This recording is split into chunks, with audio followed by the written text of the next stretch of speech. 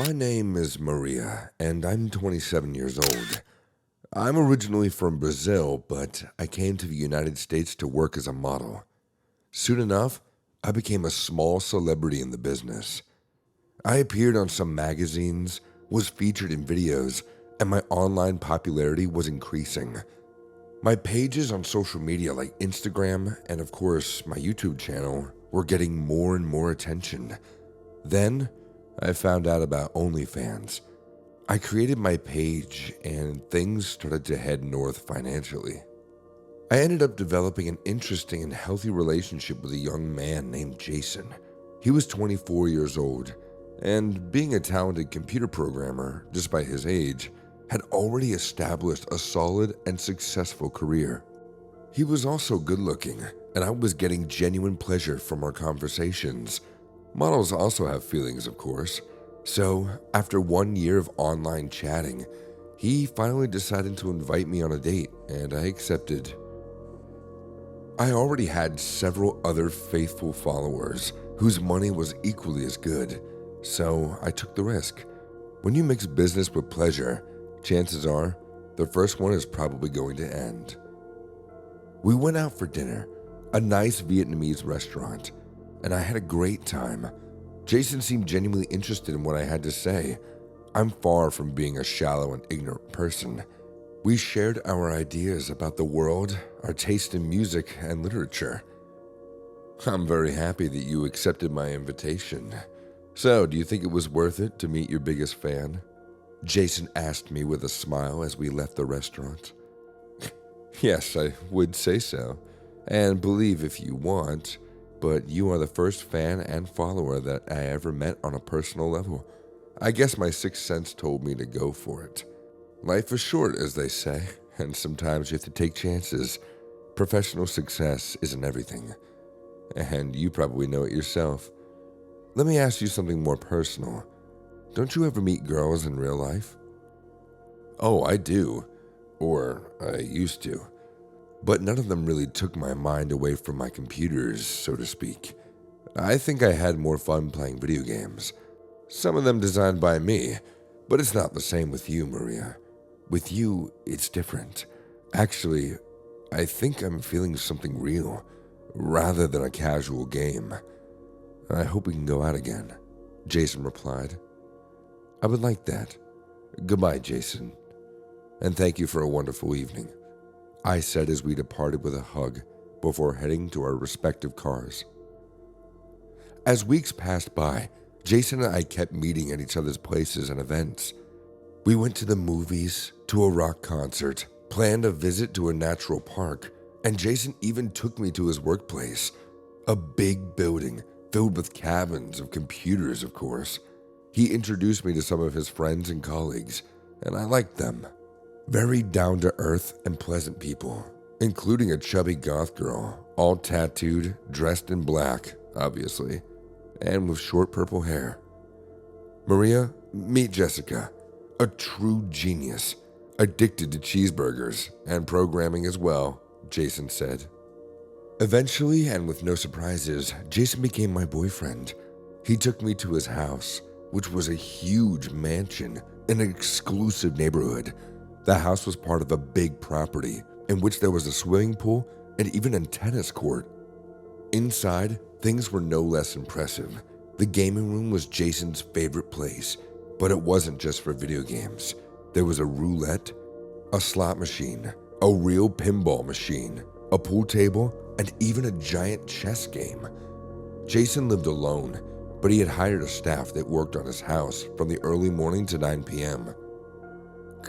I don't know what to say, Jason. I must warn you, my place isn't as spectacular as yours, I said. Oh, I bet I'm going to love it, Jason answered. I can only hope. You'll get to know more about me, because I decorated it myself. It's a small but cozy apartment, though, in a decent building. Looks don't pay as much as brains, I answered, and we both laughed. I couldn't be happier. I promised Jason that I would cook dinner for him at my place. He was going to spend the whole weekend with me there. Maria, I was right. I do love your place. It's nice and cozy. What are these artifacts that you use as decorations? They're so exotic. It's African art. I'm glad you like them. And the paintings as well? Wonderful landscapes. Who made them? Actually, I did, I replied, blushing. You didn't mention that you painted. You're full of surprises, Maria. I wanted to hear your opinion. Fair enough. After eating dinner, in which I served a simple Brazilian dish composed of black beans, meat, and broccoli, we watched a couple of movies on the couch, and then we went to bed. The next morning, Jason woke me up. He had a strange look on his face. He appeared to be scared and confused. Maria, what is this? I found these old pictures and also an ID card in your drawer. It's you. I can tell. But at the same time, it's not you. Oh my God. Why didn't you tell me, Maria? Or should I call you Mario? I felt my heart racing as I heard the words that Jason said. He found out my secret. I was born a male, but I went through the necessary and complicated procedures in order to change my gender. Jason, you're an intelligent and open-minded man. For sure you understand. I always felt like a girl, a woman, and I became one when I was 20. Please accept it. Accept me, I said to Jason, getting off the bed trying to hug him. His reaction was hostile. Don't touch me, freak. I'm disgusted. You disgust me. I disgust myself. I can't believe I had sex with you. I thought I loved you. I'm getting out of here. Wait until everyone knows about this, Jason shouted. My survival instinct kicked in. I couldn't let anyone find out the truth of my past, both for personal and professional reasons. My life would be ruined. Fortunately, I grew up in a tough neighborhood in Brazil, and I knew how to defend myself and how to attack. Some habits die hard, and my reptilian brain always tells me that I should be prepared, even when I trust people that I invite into my home. When Jason turned his back on me, he made a basic street mistake. Apparently, Jason didn't search for the drawer in which I had a loaded gun in my bedroom. In just a few seconds, I grabbed the gun, covered it with my pillow using it as a silencer, and shot Jason in his back. He fell on his stomach. I went to him and held his head so he could face me during the last moment. I'm sorry, Jason. I wish you had made a different choice. I guess you weren't who I thought you were either, I said to him as I kissed his lips right before death took him away.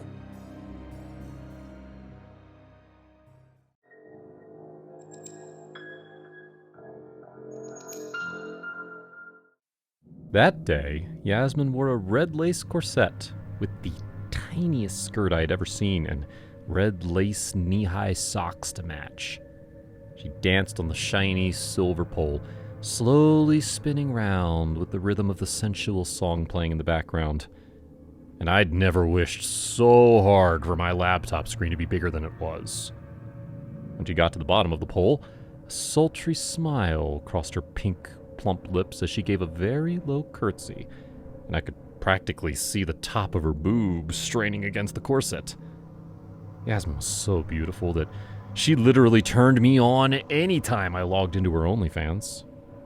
The show was over for today, and I closed my laptop and sighed, dreading going to work the next day.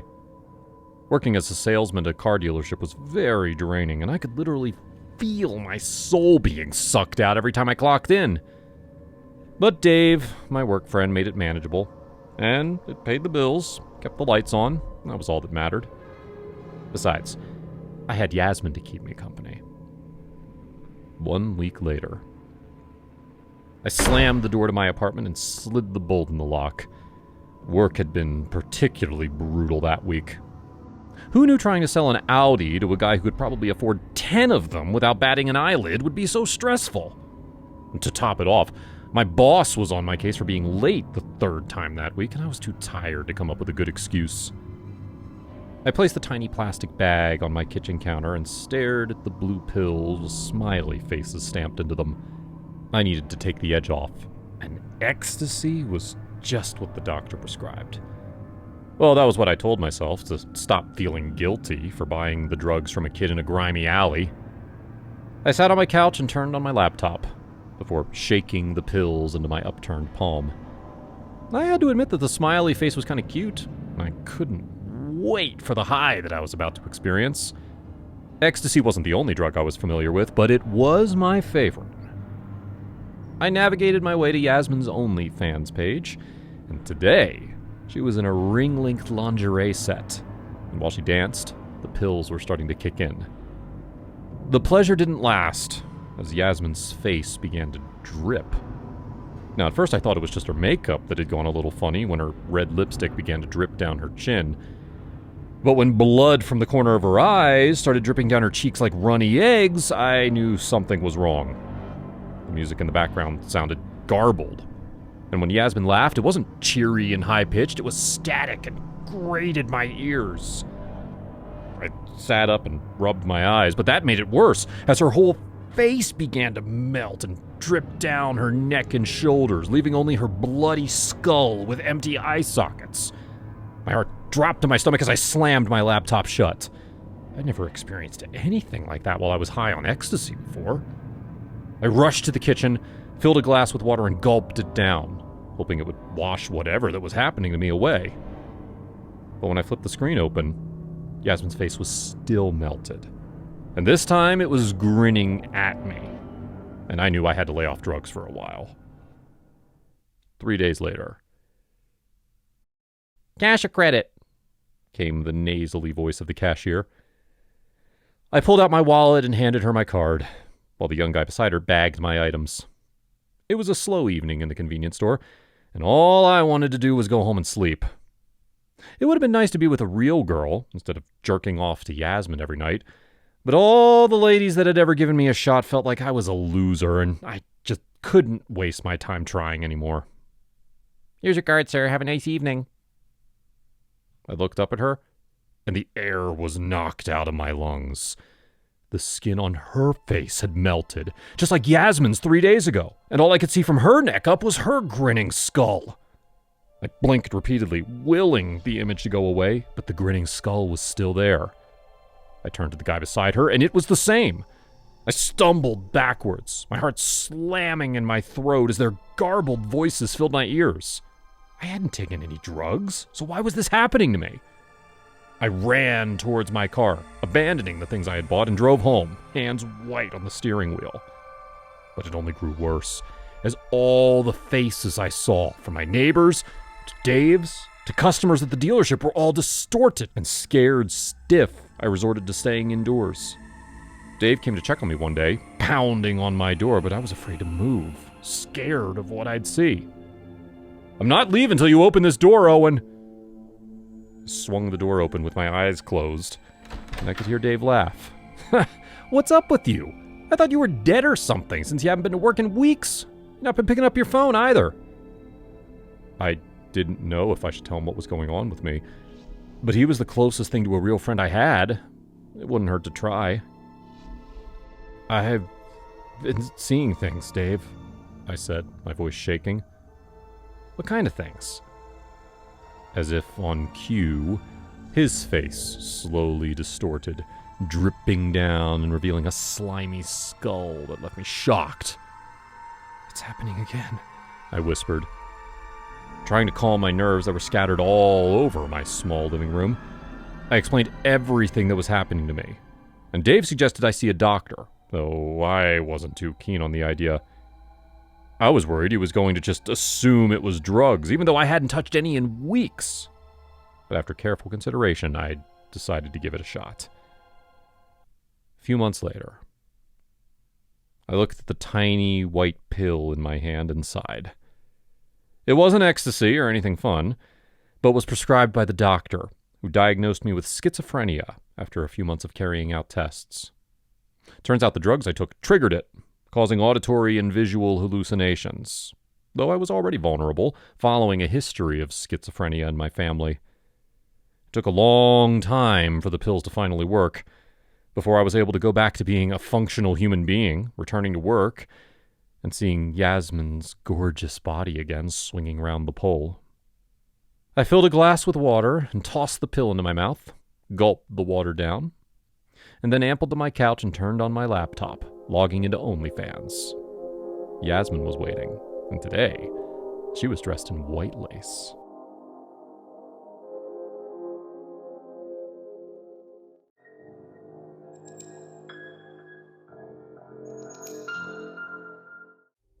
My name is Emily Castings.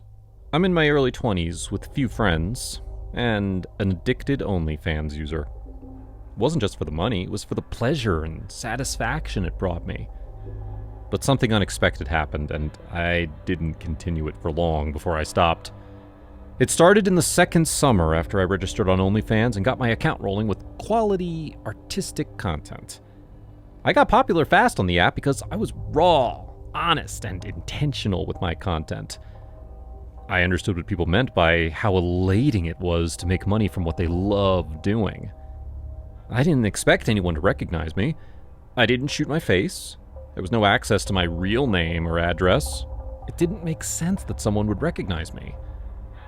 Well, things didn't go as planned, and someone eventually was able to track my original identity. Sadly, that someone was very dangerous. I lived alone in a city far away from where my parents were based. I returned home one night after my shift at a summer job.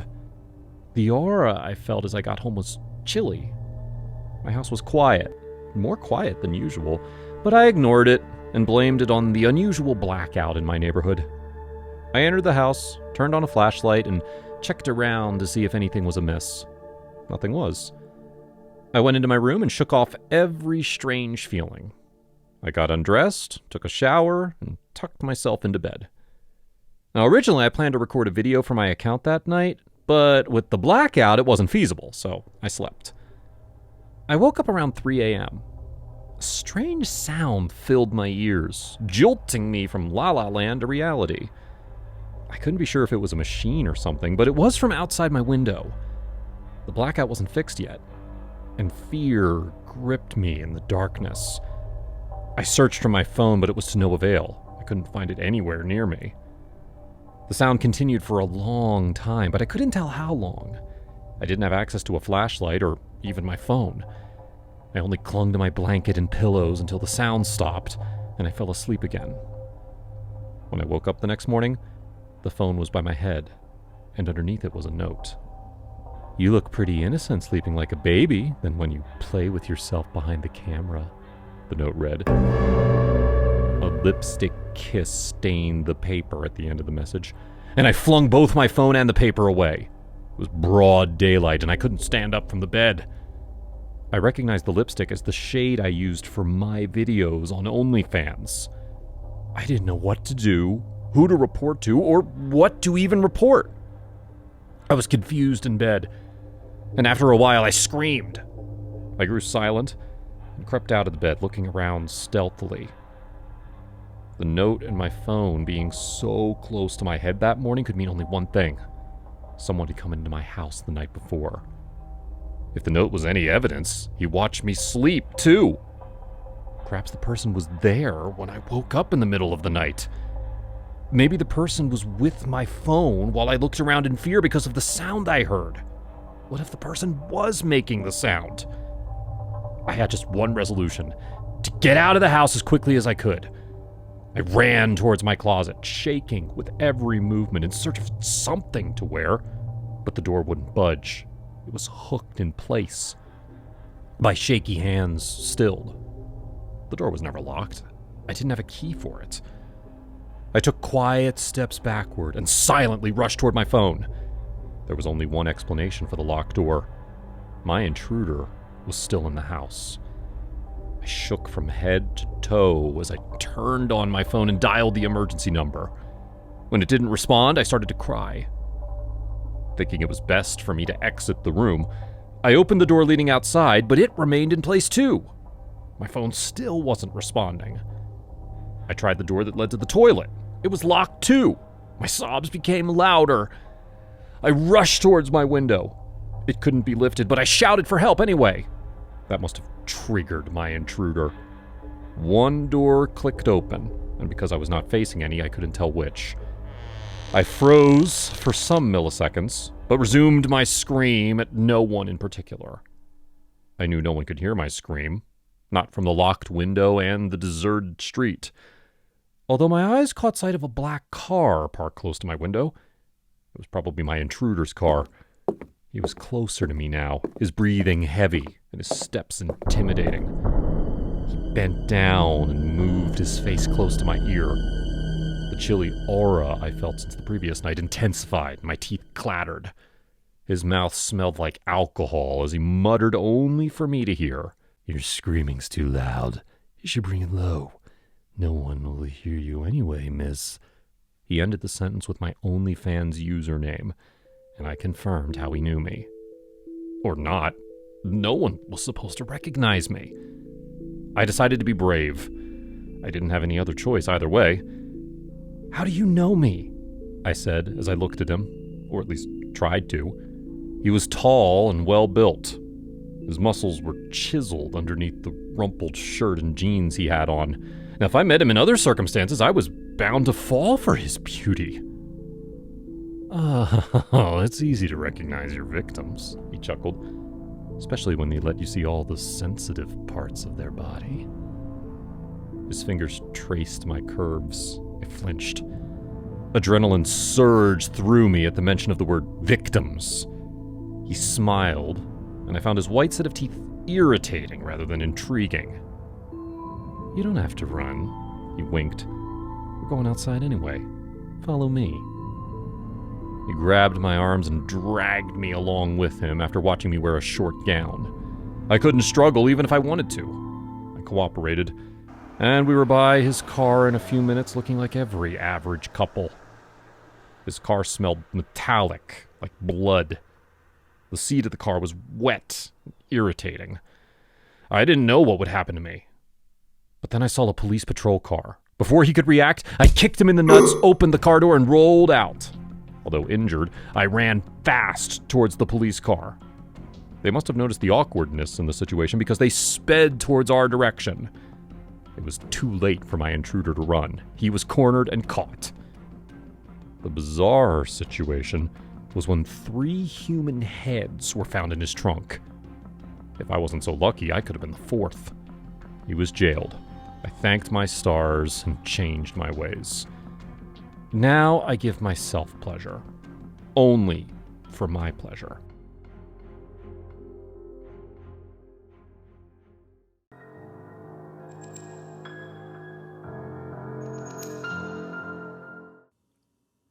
Hi, my name is Luke. Well, actually, it isn't. But when time comes to exercise some demons and share a few episodes, anonymity is necessary. And speaking of time, I was almost 45 when I lost my job at the university. I was a teacher there for 20 years when they finally decided to let me go. This only contributed to the implosion of my marriage, which wasn't already experiencing a healthy and happy period. Me and my wife simply realized we couldn't stand each other anymore, so I left our home. We have one daughter in her early 20s, but she's a complete disgrace. Her lifestyle is a complete mess. Half of the time, she doesn't even live in our house, at least when I was still around. She had some more boyfriends that I could remember, and given some medication that I saw, I'm pretty sure she has HIV or AIDS. Being a beautiful girl, it's always been easy for her to find someone to give her money. Apparently, it came with a price. In any case, I wasn't exactly sad when I left those 2 women behind me. My ex-wife and only daughter, who I barely knew, and definitely had no intention of knowing any better. Still, I had to find a new place for me to live, and also a new job. Fortunately, I had a generous amount of savings, which allowed me to rent a decent apartment. As for the job, well, I decided to try a new life as an Uber driver. And of course, I had the career and previous experience to find something with a better paycheck, but my mind was already drifting, and I was feeling restless and depressed. So this felt like an adventure, going to different places, meeting new people. even for a short and casual talk. Plus, I always loved to drive. The first couple of weeks were a little bit stressful, but at the same time, I was enjoying it. There was a feeling of adrenaline that I liked. I was already dealing with all sorts of clients, driving them to distinct destinations. Most of these individuals were relatively boring, others drunk, sketchy, or annoying, but a few of them also very interesting. I particularly enjoyed the beautiful women, of course, specifically when they were alone or at least with other female friends. Nevertheless, after a month of being an Uber driver, something happened, and it wasn't exactly glamorous. On one occasion, I drove a client to a bad neighborhood. A young man, probably no older than 20 years old, appeared to be nervous. He was shaking and sweating from head to toe. He had long blonde hair which covered his face. "Hey, buddy, you all right?" I asked, more concerned about knowing if he had money to pay for the ride, and also by making conversation. I thought I could prevent him from throwing up in the car. Yeah, man, it's good. I'm just a little sick. Don't worry, I can pay for this. It's all good," he replied, as if reading my thoughts. I assumed that he was just in need of his daily dose of some kind of drug. Eventually, I arrived to his destination, an old house on a dark street. The young man was faithful to his word and paid me. As I was driving back, I saw someone lying on the sidewalk in one of those creepy and a half-abandoned dark streets that were part of the neighborhood. It appeared to be a woman. Feeling in a good mood because I had received money from my client, I decided to check to see if the woman needed any help. I stopped and got out of my car and approached the woman, not even knowing whether she was dead or alive. Now, I think my subconscious just made a connection to my rebellious daughter. How she could, one day, sooner or later, be in the same situation. Hello? Do you need any help? It's dangerous to be here lying on the street like this, I said, getting closer. I couldn't see her move at all, so I touched her to see if she was actually breathing. Then, finally, I got a response. "Hey, get away from me, you creep. It's a free country." It was indeed a young woman, although she didn't look so young. Very thin, dark and dead eyes, just like her hair. "My name is Luke. Let me help you. This is no life." "How old are you? Let me call your family," I said, not really measuring my words, but I felt good saying them. "I'm old enough to be your daughter, you sick dude.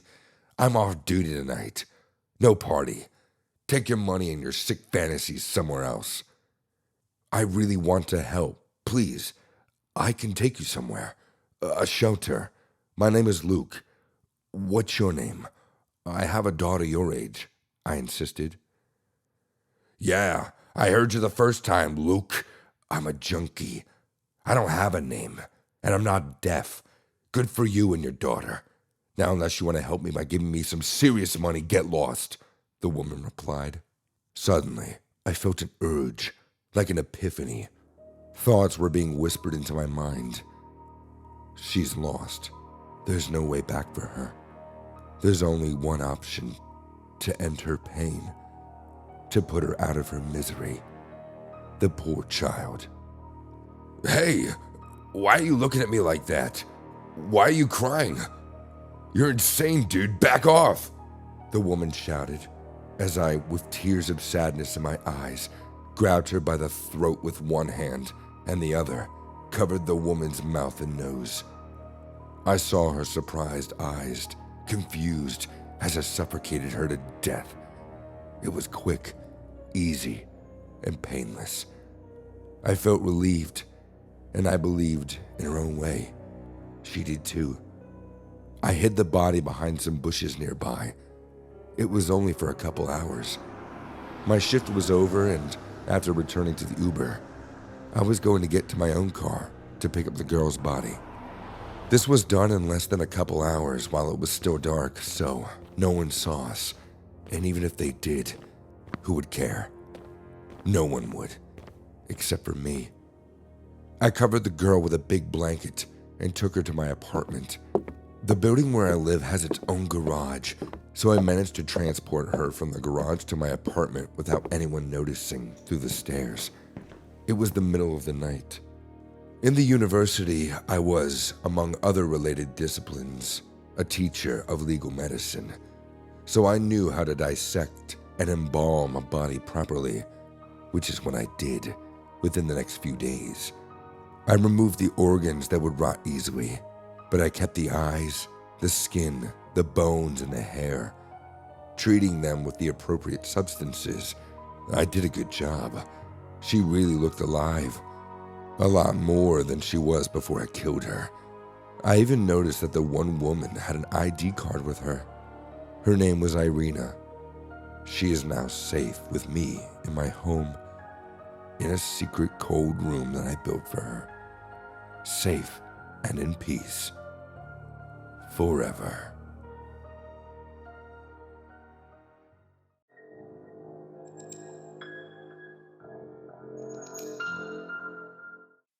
Alcoholism.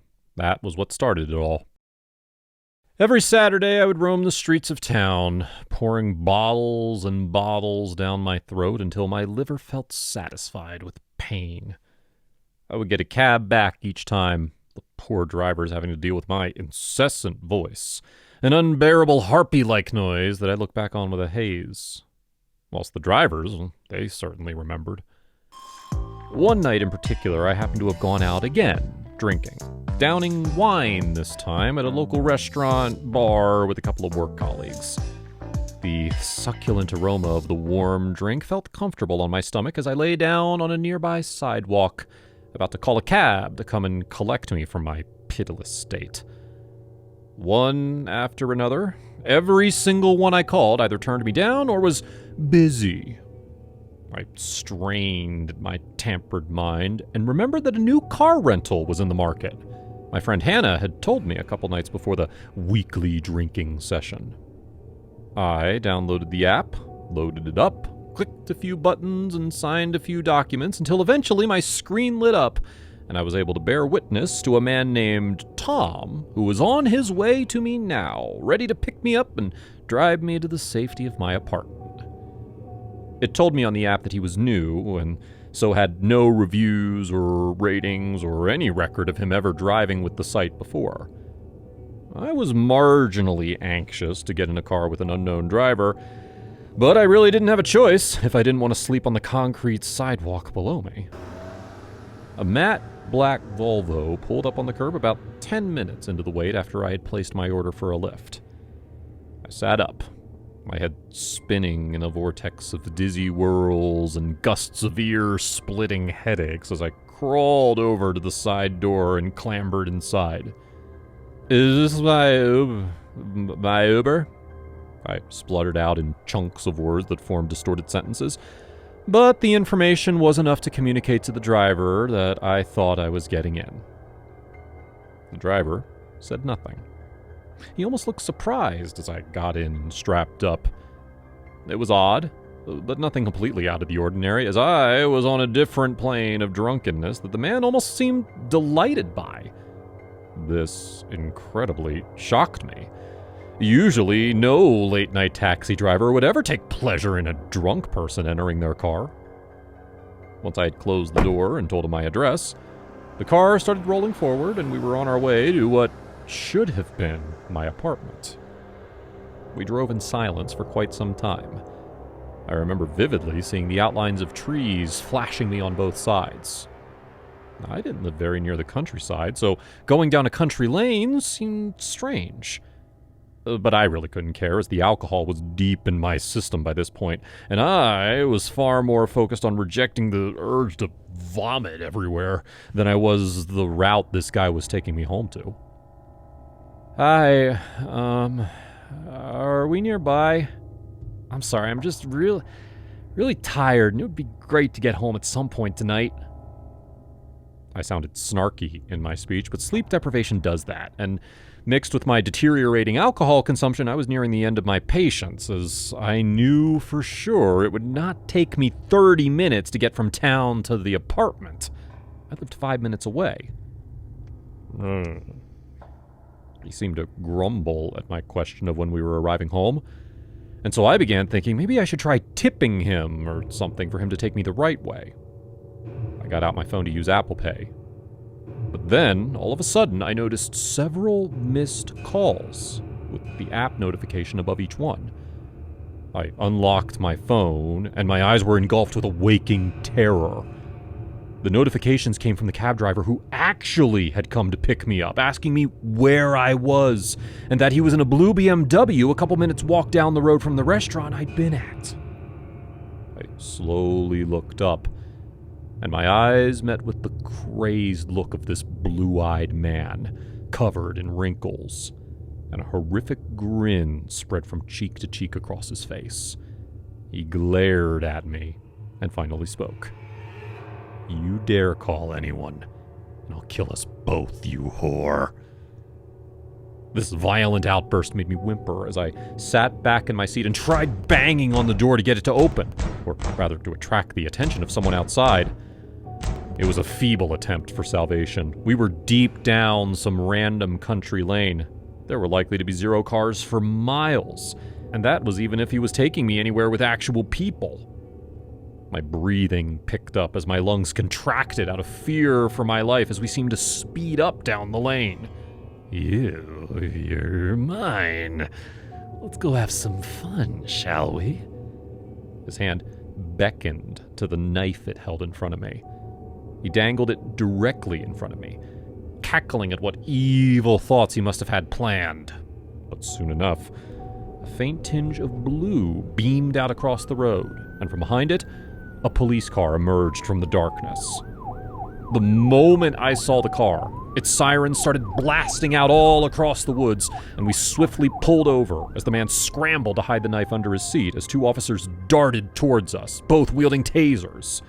They got him out of the car in a matter of seconds, cuffing him shortly after, jamming him in the back of the patrol car as they then turned their attention to me. "Hi there, miss. Are you okay?"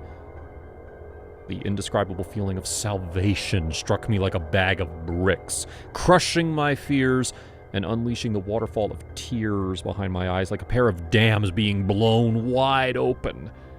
I told them everything that happened that night.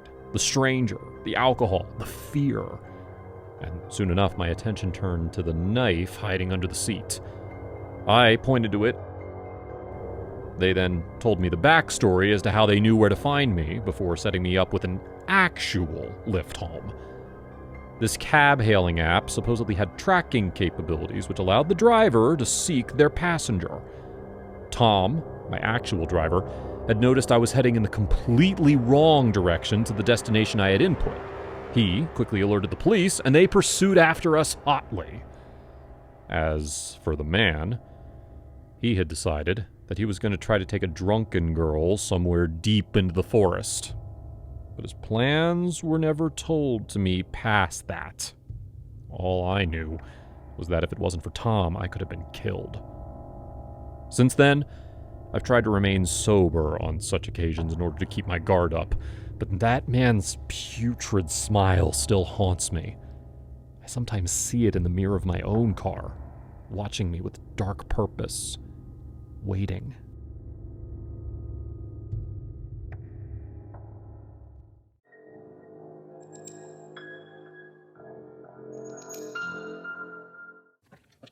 I panted as I jogged down the street. I looked at my fitness watch and smiled at the number of steps I had already taken, despite how the day was just starting. I increased my pace, turning my jog into a run as I tore down the street, determined to see just how far I could push myself. I made a few turns and finally arrived at the gym, out of breath. I felt good. I managed to keep running for over 10 minutes without stopping. I might have slowed down a little bit when I ran, but as long as I can say I didn't completely stop, it was all good. "Leg day?" a voice asked. "You know it," I said, smiling as I recognized Sam's voice. He was the gym's manager, and he was passing with a few empty boxes of gym equipment. "I wish I could be like you," he said. "What do you mean?" I asked, laughing. "Look at me. Who would believe I manage a gym?" he said, putting the boxes down to properly describe himself. I said, "You look pretty okay, Sam. You're a hunk," I added, giggling. "Only in your eyes, and it's probably because you're in love with me," he said. "I am," I said, laughing loudly. "Aw, well, I'll let you get back to it," he said, picking up the boxes and continuing walking towards the basement. I went to the part of the gym where the large mirrors were and posed in front of them, admiring my figure. I began to take off my sweaty top that I usually wear while I run, revealing the sports bra I wore beneath. Still looking through the mirror, I noticed the reflection of a man staring intently at me all the way from the treadmill section. I felt disgusted by his stare. I was very committed to my leg day, and I was sure he was just staring at my thighs and butt. I understand that some people have a banging body that you can't help to look at, but at least take a few glances and then look away. And if you must stare, do it discreetly, not so glaringly. I mean, we were at a gym, and most people there are already self-conscious about their bodies, and people staring could make them feel bad. Ignoring him, I put in my earbuds and began to jam to some workout music.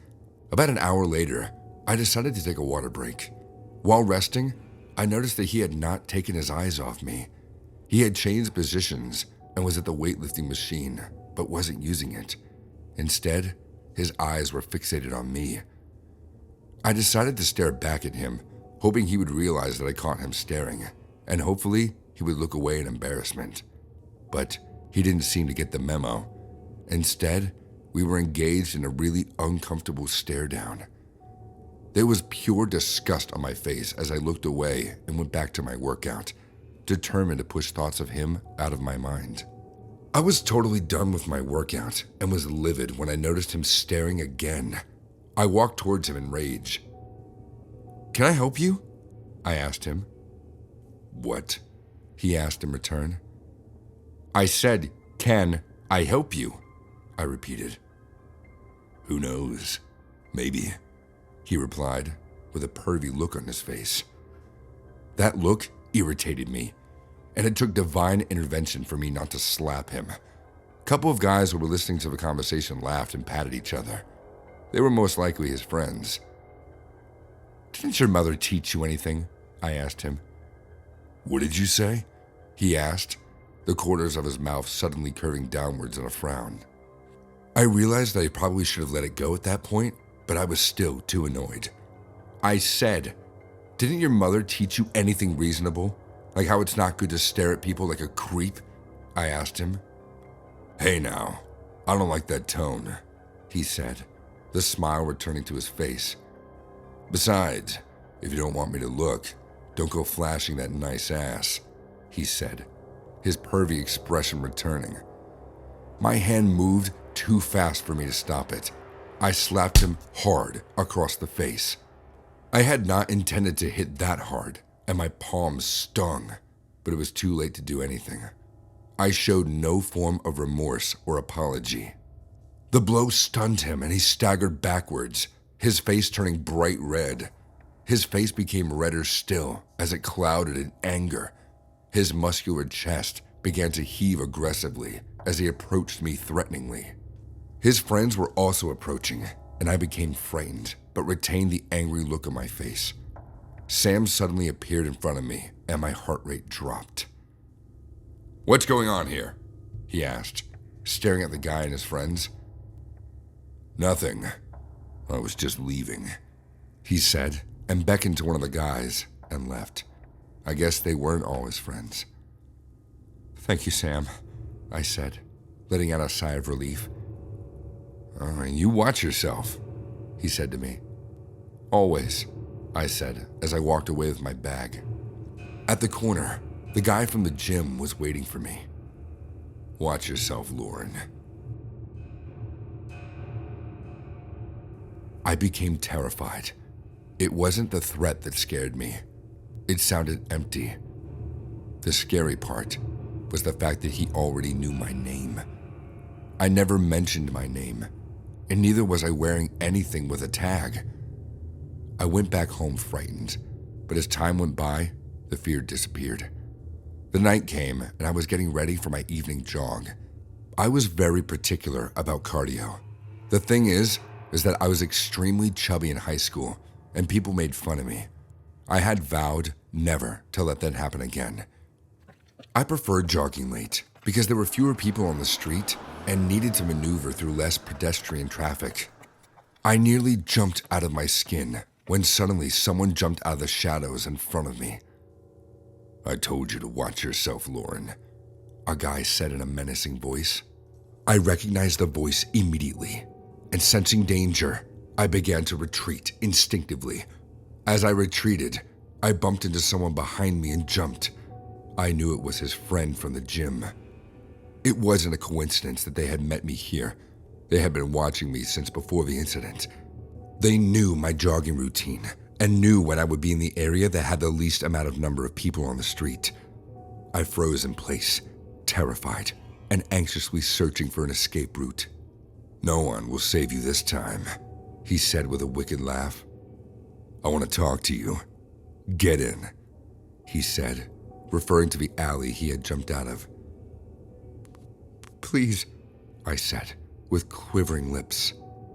"What happened to that mouth of yours from earlier?" his friend asked.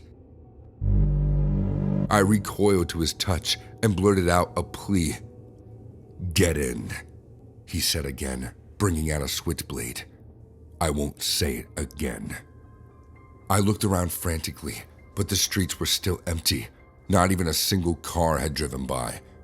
I walked towards the alley, and just as I got near him, I pushed him away violently and took off down the street, shouting for help as I ran. I wasn't in a residential area, and no one heard me. I had no choice but to run as fast as I could till I got help. They were fit and kept up with me. In fact, they were fitter, and I could feel the gap between us beginning to close. I ran across the street, attempting to use the park to cut back the way I came. There would be more people on that street. I ran through the grass and struck a sprinkler, which sent me tumbling.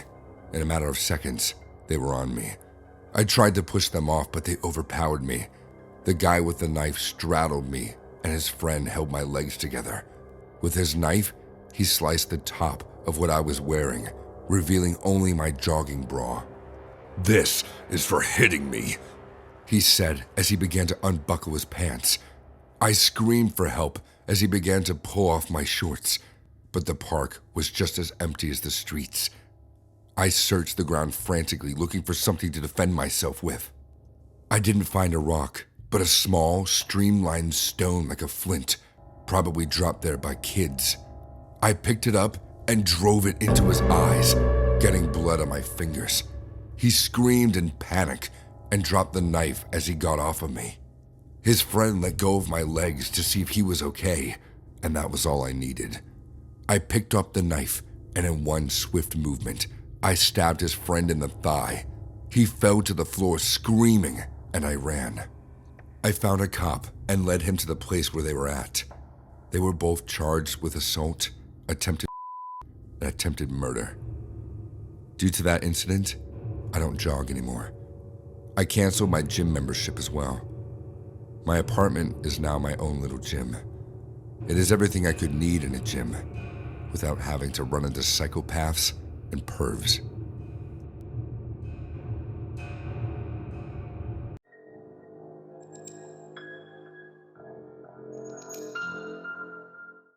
I huffed in frustration as I stood outside the club waiting for my Uber to come pick me up. My makeup was smudged as I ran ahead through my auburn hair. I felt my phone vibrate in my pocket and pulled it out to see that it was a text from my boyfriend, Nate. "Sorry, Rebecca, I swear it wasn't what it looked like. She was the one who tried to touch me, not the—" I didn't finish reading the message as I shoved the phone into my pocket. I was beyond angry, and I was past the point of being persuaded. I furrowed my eyebrows as I realized that my Uber was already 15 minutes late. It should have been here, since I was shivering slightly in my flimsy dress, and I was about to reach into my pocket to check my driver's location when a car pulled up in front of me. I watched as the tinted windows of the front seat were pulled down. "Are you Rebecca?" he asked, and I nodded my head. I usually check the plate number, but it was already late, and I just needed to get out of there. I noticed his phone on the console had the GPS turned on, and I sighed in relief. He stepped out of the car just as I was about to pull it open. "Let me," he said, and I smiled, realizing that chivalry wasn't dead after all. He pulled open the door, and my eyes widened at the sight. I had no time to react as he pushed me into the back seat. I was disoriented for a moment as I fell on top of something hard before I heard the door slam shut behind me. I opened my eyes to see what it was.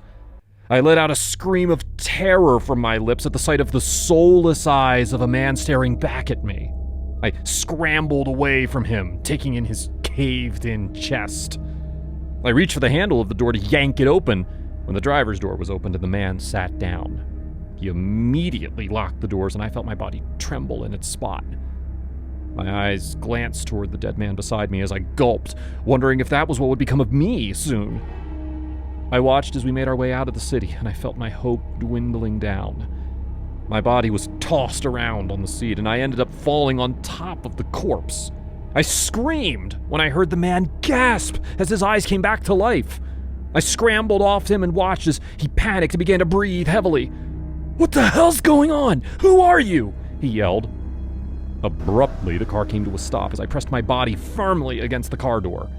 I watched as the driver stepped out of the front seat and exited the car before slamming the door shut. I looked around frantically for a weapon to arm myself with as I felt my tears stain my cheeks. He yanked the car door open as the other man stared at me fearfully. He tried to scramble toward me, but instead, the driver grabbed a hold of his shirt and pulled him out of the car. "You're supposed to be dead," he roared. I watched as he pulled out a Swiss blade from his pocket and plunged it into the man's stomach. I screamed in fear as I heard the man's horrifying cries as he was stabbed over and over again. After a minute, the cries stopped. I dared to open my eyes only to see the driver looking at me. His soulless eyes stared at me for a while before he said, "You stay here." I did not move. There was nowhere for me to go even if I wanted to. I watched as he slammed the door shut before moving to the back of the car and opening the boot. I watched as he retrieved a shovel. My body trembled at the realization of what he intended to do. What were the chances that he would dig 2 graves and put me in the second? I watched as he pulled the corpse off the ground and moved to the front of the car before dropping it once more. For several moments he dug a hole as I lay immobilized with fear and watched as he buried the man. When he was done, he turned toward me with a wicked smile as he began moving back towards the car. I shook my head profusely as he approached me, but there was no point as he pulled the door open. He pulled me by my feet toward him, and I reached out to pound my fist against his chest, struggling to get away. "Stay still," he spat, and I watched as he pulled a handkerchief out of his pocket. I felt tears prick my eyes at the realization of what he was about to do as I shook my head profusely. He only gave me a wicked grin as he placed the handkerchief against my nose. Immediately, I was hit by the smell of chloroform, and my vision became blurry. "Say nighty-night," he said with a grin before everything went dark. I woke up with a pounding headache as I took a moment to compose myself. My eyes shot open as I remembered exactly what was going on, only to be met with darkness. A foul smell similar to the stench of a rotting corpse was thick in the air, and that was when I felt the hard surface below me. I opened my mouth to scream, but I found myself unable to do so with my mouth gagged. I tried to move, but my hands and feet were firmly bound. I was trapped in a confined space, and from the sound of the engine I could tell I was still in the car, which meant I was in the trunk. My heart thudded rapidly against my chest as we continued to travel for what felt like hours. Suddenly, the car came to a stop, and I held my breath as I heard him make his way out of the car. I was left frozen in my spot as I heard him approach the back of the vehicle. He pulled open the trunk, and I was met with the face of the devil. I trembled as I let out a muffled scream against the rag in my mouth. "No one can hear you now," he hissed, as he grabbed my arm and shoved me out of the car. I landed on the ground with a thud as I caught sight of the corpse in the trunk. I let out another scream as a shudder of fear ran down my spine. I glanced my eyes around and found that we were in the middle of the woods and the surroundings were dark. I lay on the ground as I watched him pull another body out of the trunk and place it outside. He went back to the back seat and retrieved the shovel as I watched him begin to dig the hole. The entire time I was left staring at a corpse with a slit throat beside me. Moments later, the driver returned as he pulled the corpse away. I could hear shuffling behind me as I listened to him grunt and moan as he buried the body. Slowly, he made his way back towards me as he came to a stop. He placed his hand to his lips as though to shush me as he slowly pulled the cloth from my mouth. "I'm going to untie you now," he said slowly. I nodded my head as he cut the rope from my hands and moved to my feet, doing the same with his Swiss blade. The moment my feet were free, I let out a blood-curdling scream, and he was in front of me in an instant. He wrapped his hand around my neck, cutting off my airflow. "I told you to shut up, but you people never listen, do you?" It was that moment when I thought I would die because of the fear and the panic whirling through my body and mind. The last thing I heard before passing out was the sounds of the wailing sirens in the distance. The cops saved me that night. Sometimes I still wonder who that man was and who were the people he killed. It's funny and scary at the same time that the cops never answered my questions and told me to stay mum and move on with my life. As if it was that easy.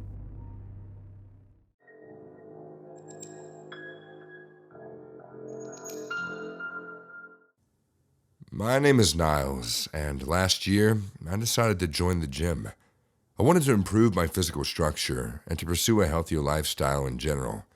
And of course, I won't lie, I thought that improving my body's aesthetics wouldn't hurt either, regarding my chances with women. I found a place that was inviting enough. I even liked the name, Hulk's Gym. They even had a cartoon of the well-known green and highly muscled character from the Marvel Comics. The gym had all the expected machines that would serve the expectations and different workout plans for all kinds of people. From the desperate, overweighted man who literally needs just to lose a few pounds for his own sake, literally, to the professional bodybuilder who proudly has a poster of Arnold Schwarzenegger from the 80s. I was neither of those extremes, just an average-looking guy who was 28 years old. I didn't really know where or how to start.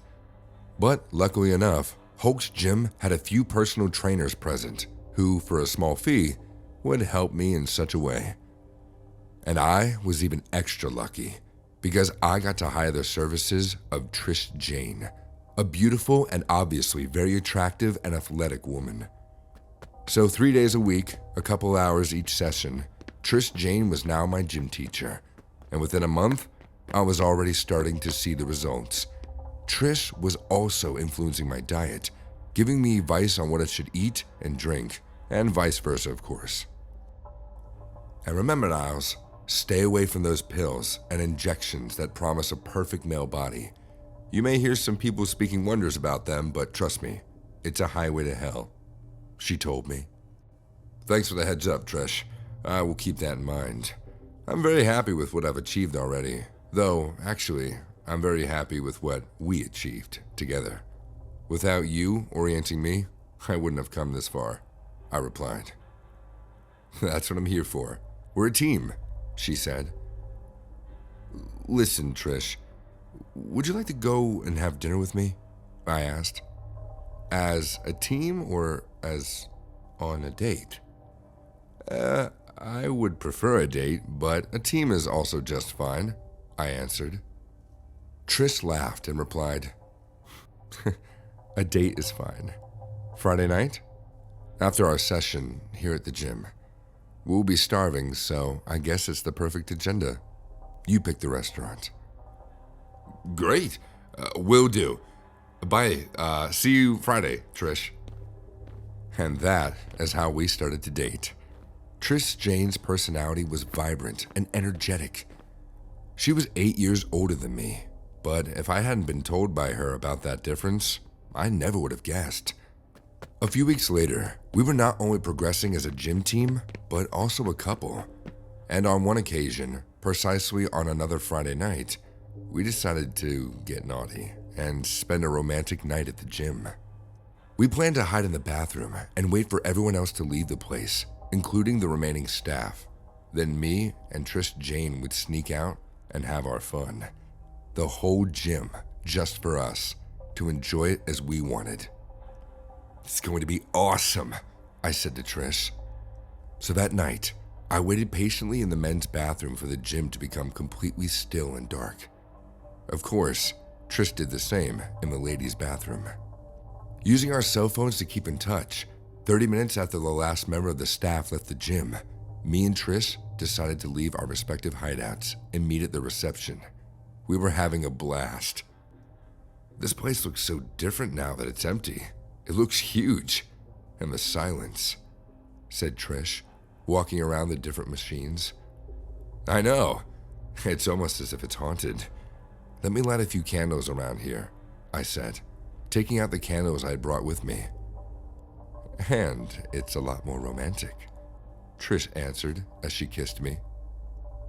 It was really a completely distinct scenario. We even put on some music and had dinner, which basically was just a couple of tuna sandwiches and orange juice. But as Trish and I were getting ready to take our night to another level, so to speak, we heard noises outside the gym. Caught by surprise, we put out the lights from the candles. Then I put the candles back in my backpack, and Trish did the same thing that was left with our meal. We were now in complete silence, waiting to see and hear what was going on. Suddenly, we heard the gym's door being opened. 3 men were coming in. Trying to be as quiet as possible, we ran away back into the women's bathroom. We figured that no one would find us there, since they were all male. What's happening here? I whispered to Trish, 15 minutes after we arrived to our safe spot. I have no idea. These guys obviously have the key to the gym. Let me take a peek, she replied. No, Trish, it's dangerous. I tried to stop her, but I couldn't. My adventurous girlfriend just had to feed her curiosity. A few minutes later, I heard what I didn't want to hear. She had been spotted. Ah, look what we have here. It's our friend, Trish Jane. You shouldn't be here. It's past your bedtime. This is a boys' reunion. What are you doing here anyway? A man spoke. Hey, Jeff, I was just, I fell asleep. Yeah, right. You know about our business now. A little bit illegal, yes. But very profitable. Nevertheless, unfortunately, in our kind of business, publicity is the last thing we need, the man said. And suddenly, I heard something crack, and Trish was now silent. Deadly silent. With my hands shaking, I dialed 911. I told them about my situation. 20 minutes later, I heard new voices in the gym. Police! Hands in the air! Relieved, I came out of my hiding place. I saw the policemen arresting 3 mysterious guys that were using the gym as their gathering place. They all worked at the gym and were dealers. Not just drugs used to boost your muscles, but heavy stuff, like. One of the policemen came to me and explained why me and Trish were there. And then the policeman said, I'm very sorry. There's nothing we can do for your girlfriend. One of these bastards broke her neck. Only then I saw, between the shadows of the darkened gym, the dead body of Trish. The officer was right. There was nothing they could do.